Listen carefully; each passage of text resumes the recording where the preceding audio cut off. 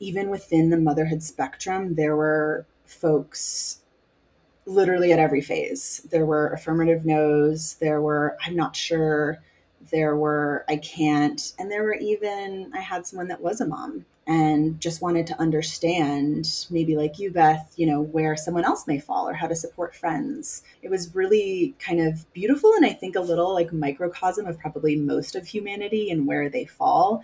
And the idea of like supporting, right? Like feminism doesn't mean no woman wants kids. It's like, yeah, there's women that may not, so that they can be there and respect any woman's decision and choice. So it was, yeah, very like inspiring even for me as someone that was guiding a lot of these conversations to just like hear where people are at.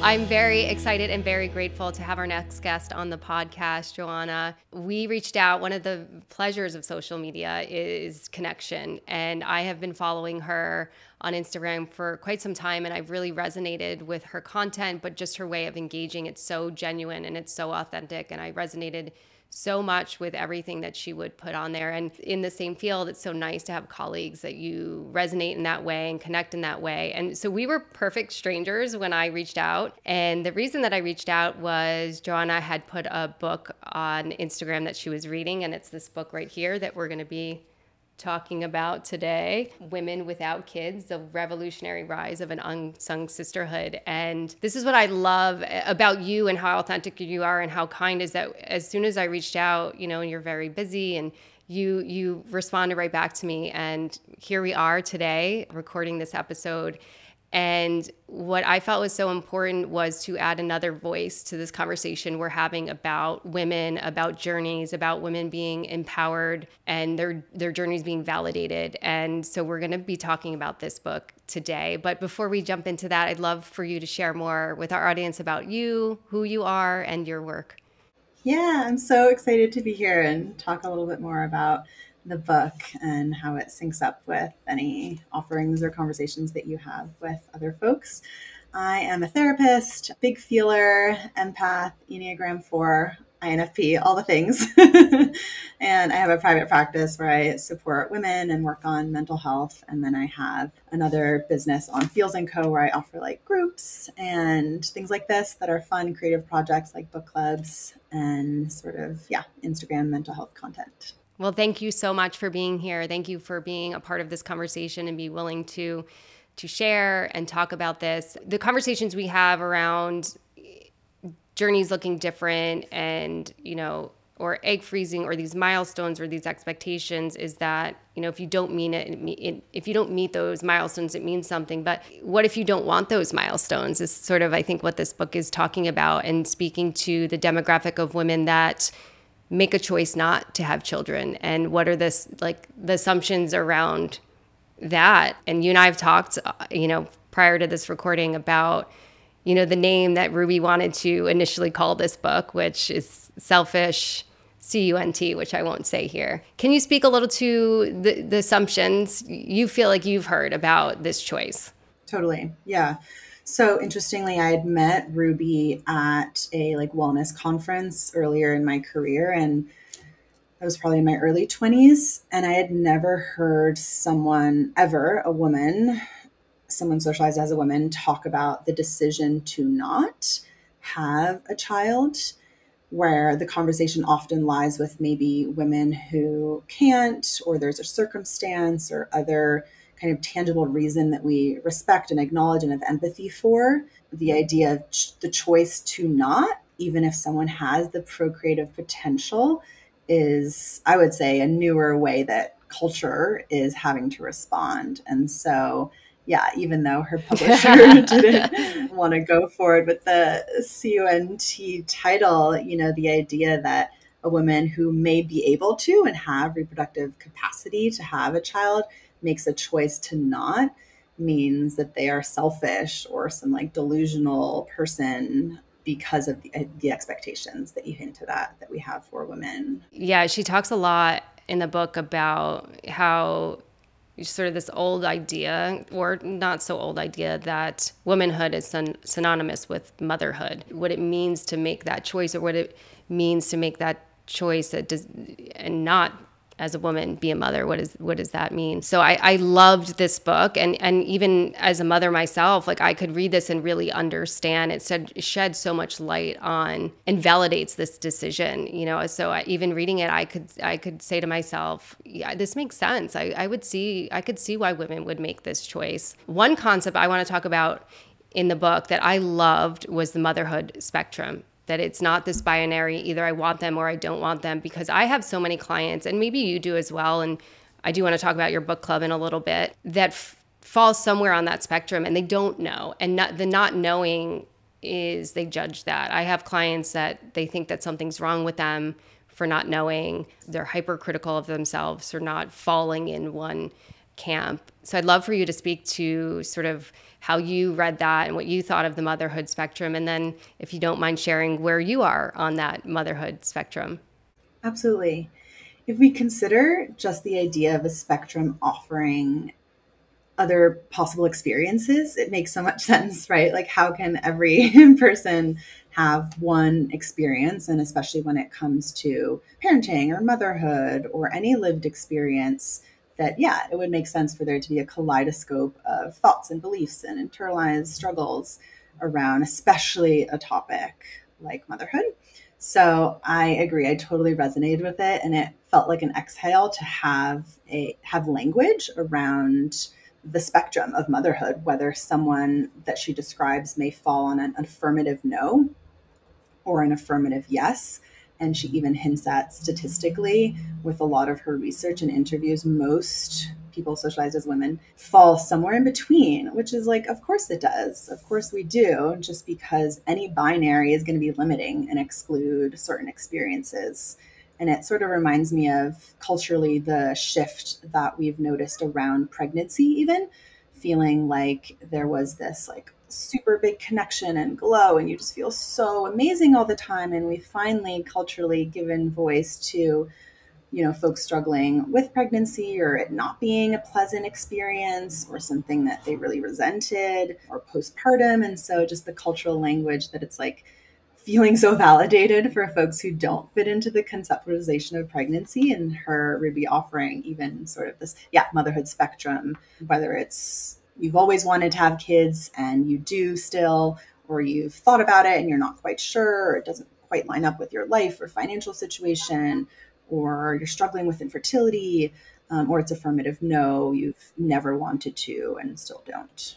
I have clients that connection piece. I have had, you know, and I'm sure you as well, work with like just a range of different women and journeys and stories. And I had one woman, you know, not feel connected. And I love that there is voice to different stories, and we're normalizing certain things that even, like you said, that pregnancy isn't always amazing and great and all these things. And I think that's so important. And that's, the intention of the podcast is just cultivating more conversation, normalizing some of the things that people aren't talking about that maybe make someone feel outcast or different or alone. So I think that's so important. And I did love that concept, because I think it helps women feel, validates women's feelings. Or if I'm not, I have clients that are like, I don't feel that pull to be a mom. And is something wrong? Should I have this pull at this age? Should I be feeling that? Like, what's wrong with me for not feeling that? So I think it's just this normalization of you can fall anywhere on the spectrum, and that's okay. Yeah. The work that you and I do, I would say, in just like mental health and therapy, the power of saying that makes sense to feel that way, even if we can't exactly relate. And this could be anything that we help folks with. And the idea that for every like lay person, let's say, that's not necessarily in a therapy space, to be able to feel validated. Like, we know that helps us feel not alone, not strange, not like there's something wrong with us, that our experience is okay and it makes sense because it's our experience, and that's enough reason for it to be justified. Like, that just can be so healing, especially again for a charged topic like being a woman, womanhood, parenthood, mothering. So yeah, hopefully Ruby's work can help illuminate that for anyone struggling, and even, men.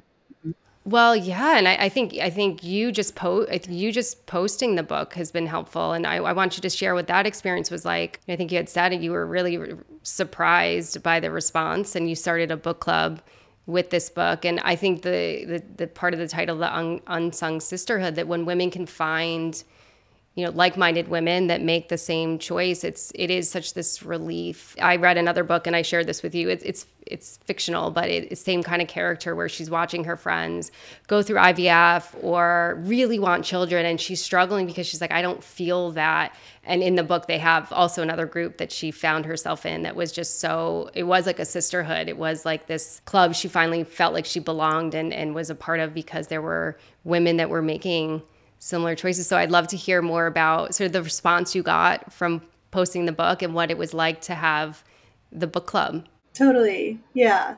So the funny thing about having, I suppose, an online presence is just the balance between my personal life and then like who I am as a therapist. And I try to respect the privacy I have, but also like share things. And my experience with where I am in the motherhood spectrum has been an affirmative no. And I felt and feel comfortable with that and where I am. And so the book felt like there was a natural curiosity first because I respect Ruby's work.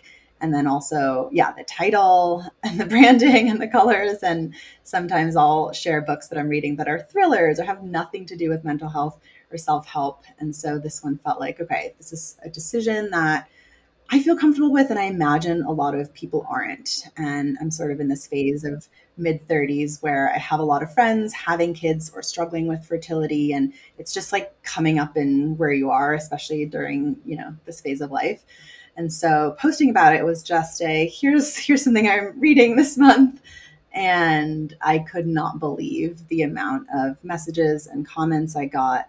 And it really, struck me because it showed that this is not a conversation a lot of people feel they can have, especially around, right, the choice to not, even if someone could potentially have reproductive capacity to have kids or be a mother, and the choice to not. And clearly, evidently from the response Ruby's gotten, Ruby's work herself, but also my book club, in how many people felt like, wow, I can have a space.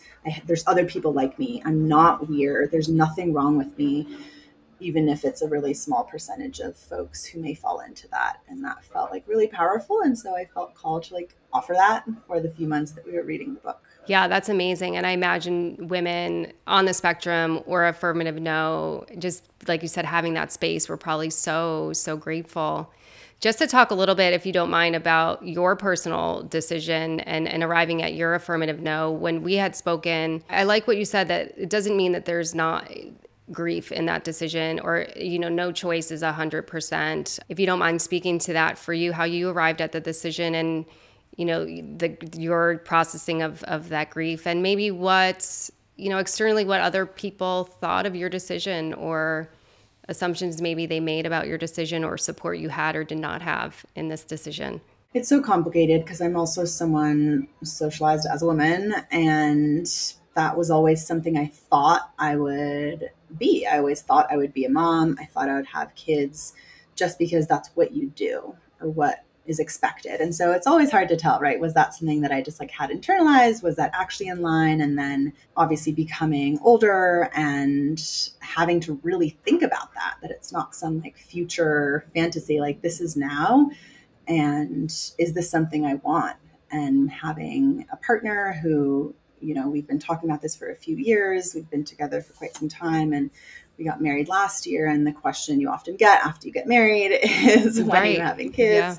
And so it's really been in our aura, and talking with friends and everything. And over the years since we started dating, we both were just, I guess, realizing together and wanting to respect each other's decision, because that compatibility was important for us.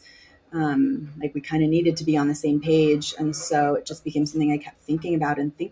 And as much as I adore children, I'm good with them, I love them, I think they're incredible, I just could not picture my life with kids. And so, that affirmative no that It's not something I want now. I really doubt it's something I'm going to change my mind on, though that doesn't mean I don't think about it. Of course I do. I find myself sometimes like being at home and just envisioning it. Like, could I see this right now? And I could, but I don't, and I don't want it. So it's a complicated, because like any binary, it doesn't mean someone's like 100% there and never questions it and is never curious. And I imagine and expect myself to feel that, through my own life and process and aging and all of that. And considering the relationship I have with my parents, we are so close and I adore them. And I love that we have this relationship, this adult relationship now. And I know that I will grieve that I won't have that. And I try to make room for, the feelings I have, and really honoring that I feel like it's Yeah. important for us to make decisions that we feel in line with, and not make decisions that we may regret at some point, because I don't think that's serving then who we are now. Yeah, you said so many amazing things in that. The first, so many. And, I think trying to understand really what you want, not what we're told to want. And Ruby talks about that in the book, sort of all this external messaging of what it means to be a woman, and that this natural progression to motherhood, and not even, gets so coded and ingrained in us that we're not even sure. Like, we don't even get time to think about that. It's sort of, thrown at us. And yeah, I like what you said, to really stop and think about, but is this something I actually want, or am I told to want that? And giving yourself the space to really process that. I love what you said too, like holding space for all of it, right? No choice is 100%, and holding space for the grief, but sort of this decision, you can make room for all of it. And I think that's so helpful for women to hear, that there might not be 100%, and that's okay. And I talk to my clients about this all the time. Like, you can feel more than one thing at once, and just, it's about holding space for all of it. So I appreciate you sharing your personal journey there, and what you said too, which about, the questions, like, if you're in a relationship, it's like, when are you getting married? And then once you're married, like, when are you having kids? And there's so much complexity to that, and it can be so personal and so private, but those are the expectations. And I think especially as women, of course, expectation to be motherhood, and it's not the same expectation on men. No one's saying, well, you're not going to be a dad. And so that sort of that inequality of that pressure and expectation. And Ruby talks about that in her book too. In your book club, did you find women sharing similar sentiment of like, I had to discern if this was, what I wanted or what I was told to want, or kind of, what came up in your book club, or what did some women share about their journeys and their, where they're on the spectrum? Yeah, what I really was surprised about, and I'm grateful to have been able to facilitate conversations in the book club around this, was even within the motherhood spectrum, there were folks literally at every phase. There were affirmative no's, there were I'm not sure, there were I can't, and there were even, I had someone that was a mom and just wanted to understand, maybe like you, Beth, where someone else may fall, or how to support friends. She specifically had a sister who was choosing not to, and she respected it, though just wanted to understand a little bit more. And she shared with us, absolutely not having regret about having kids, though there was grief around a life that she may have wanted to live if she did not have them. And especially given all the challenges and lack of support culturally we have for women and moms, kind of like grieving and having anger towards those systems, that if she would have had kids, at a different point or in different era, or in some future point where moms were more supported. So it was really kind of beautiful, and I think a little like microcosm of probably most of humanity and where they fall. And the idea of like supporting, right? Like, feminism doesn't mean no woman wants kids. It's like, yeah, there's women that may not, so that they can be there and respect any woman's decision and choice, again, regardless of the patriarchal institution of like women should be moms. So it was, yeah, very like inspiring, even for me as someone that was guiding a lot of these conversations, to just like hear where people are at. And there was people from all over the world, and to really like highlight, even if it was not by choice and it became by circumstance, there were some women who just didn't meet a partner and it didn't work out and they had other things going on. And so it wasn't initially by choice, it was by circumstance. And then it became a choice later on. It just really spoke to the variety and diversity of experiences, but that it's not often talked about. And so I was just like so glad to have been able to support people in all walks of life and even those that may not identify as women, which is why I named the book club People Without Kids. Oh, yeah. There's some folks that identify differently.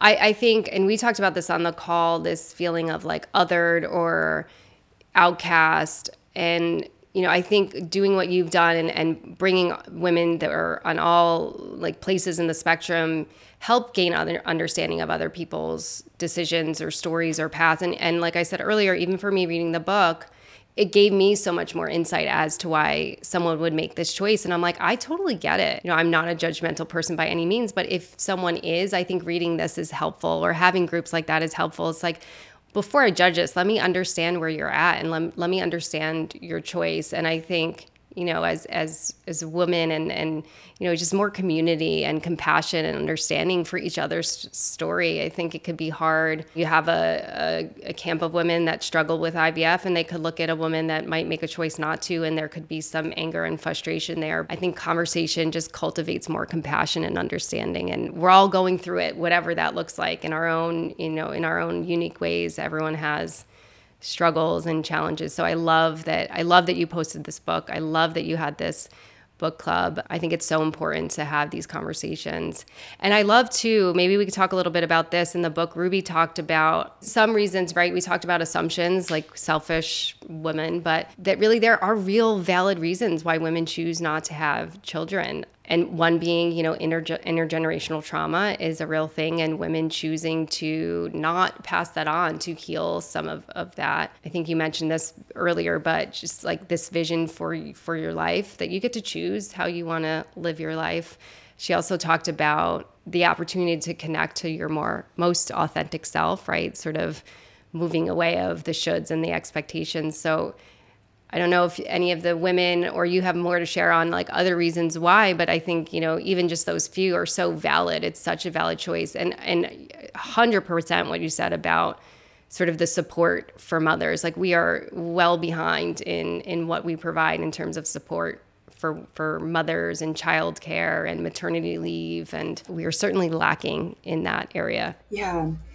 I think another area that Ruby touched on and also was I talked a lot about with some of the folks in my group was kind of like the state of the world and climate stuff. And even though it's such a new topic that maybe other generations haven't had the cultural option to choose to not have kids. And though I think like younger generations now are really having to face that. And that's a really big and scary thought in general. Is sort of a bigger conversation that doesn't necessarily have to do with someone's own like internal life, but also just the impact of climate. There's also like finances and, you know, when women generally can have kids. I think Ruby even talked about interviewing, or no, it was on her podcast, and someone she interviewed was like, if I could have kids at, you know, 55 when I'm like financially stable, yeah, makes sense. And so, gosh, I feel like those were the big reasons. Yeah, whether it was just have never wanted to or connected with that. Yeah, or just wanting to really value, you know, inner work and not having the space to take care of someone else, be there for someone else, serve someone else, some of the trauma around that. But there's such a variety, and there's, I imagine, so many more that I'm not even including here. Oh yeah, for sure. And that's why that spectrum is so great, right? And it's just honoring everyone's unique choices and personal journeys. Yeah, I think too, it's just accepting that, you know, people have the right to these choices and not making them feel bad about these choices. And she talks about it is sort of brave to have make this decision, and sort of doing the work to undo all of these expectations and old narratives around what validates a woman, and that sort of you guys are like women like you making that decision are really doing like a bigger work and changing the narrative and the expectation. I think that's important to really point out, that we don't have to just do this because we're told to, and we don't have to feel bad about making this choice. Yeah, it's just really empowering, right? And it lifts a lot of the shame to recognize that choice is autonomy, choice is agency, and choice is what helps us feel like free. To think, there's so many people, I imagine, that just have never had choices, and we know that's still the case now with a lot Yes. of issues Yeah. going on in current events, just how heavy that is. And so to recognize that, like, women together, this unsung sisterhood, to just honor each other's choices, that's so powerful. And even if it's a little corner of the internet that I was able to offer that to, and with Ruby's work and this being something that's more talked about, to take that shame away and say, this makes sense and your choice is valid and we don't have to question it. And instead of asking people, why don't you want them, question, why are we expecting every person to have the same goals and dreams? Yes, I love that shift. That's very powerful. Very, very powerful. Well, I appreciate you being here. Before we wrap up, is there anything that you would want to share with our audience? Anything you can say to maybe women that need to hear that it's okay to be anywhere on the spectrum? What do you want to say to the audience that maybe could be helpful? I would definitely say that even if you may not be 100% at one place, and how you feel about where you are is what matters, right? Like, if you're giving yourself permission to be figuring it out, to not be sure, to be scared, to be worried about how you'll feel in the future, like, all of that makes sense. All of that is valid. And the choice to be a parent requires a lot of intentionality and thought and decision making. And of course, the choice to not also does, right? It's not going to be easy. It may be easy for some folks who just know that they don't, or have always wanted to and know that they do. And like we've been talking about today, most people fall somewhere in between. And so to just, like, be curious and explore, what your capacity is. And Ruby asks a lot of great questions.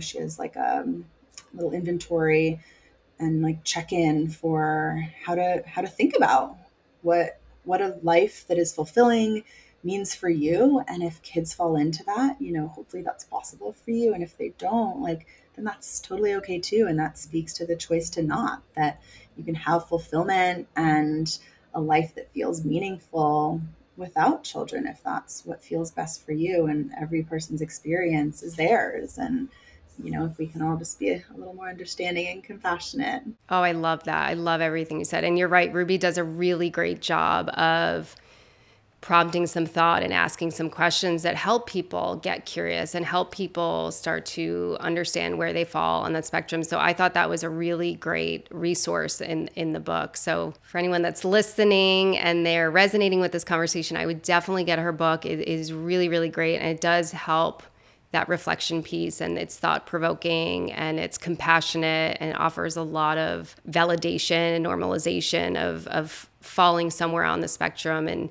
there is nothing wrong with not knowing. And there's nothing wrong with, like, I love what you said, giving yourself permission to figure it out. What is right for you? What aligns for you?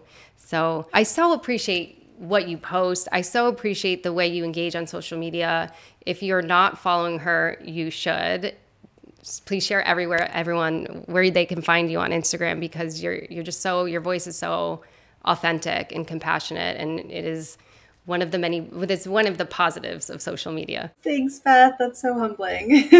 I try to be, super authentic and show my true self. And I'm on Instagram at Joanna Talks Feelings. My website is joannatownsend.com, where I have blogs and group offerings. That's my little space on the internet. Yeah. Well, it's so great to have you. It's so great to connect with you. I look forward to future conversations with you. And thank you for being here. Honestly, I think there is a lot more room to have more conversations about this choice and this topic. And I'm hopeful that this episode reaches a lot of women and helps a lot of women to, normalize and validate wherever they fall on the motherhood spectrum. So thank you. Thank you for having me. Thank you for joining us for this amazing conversation with Joanna. It really speaks to our message, and I want this message to be, that every woman's journey is valid and every journey deserves to be celebrated, understood, and not judged. So if you're enjoying these episodes, please subscribe to our channel, follow us on Instagram at Quiet the Clock, and continue to join us for future episodes.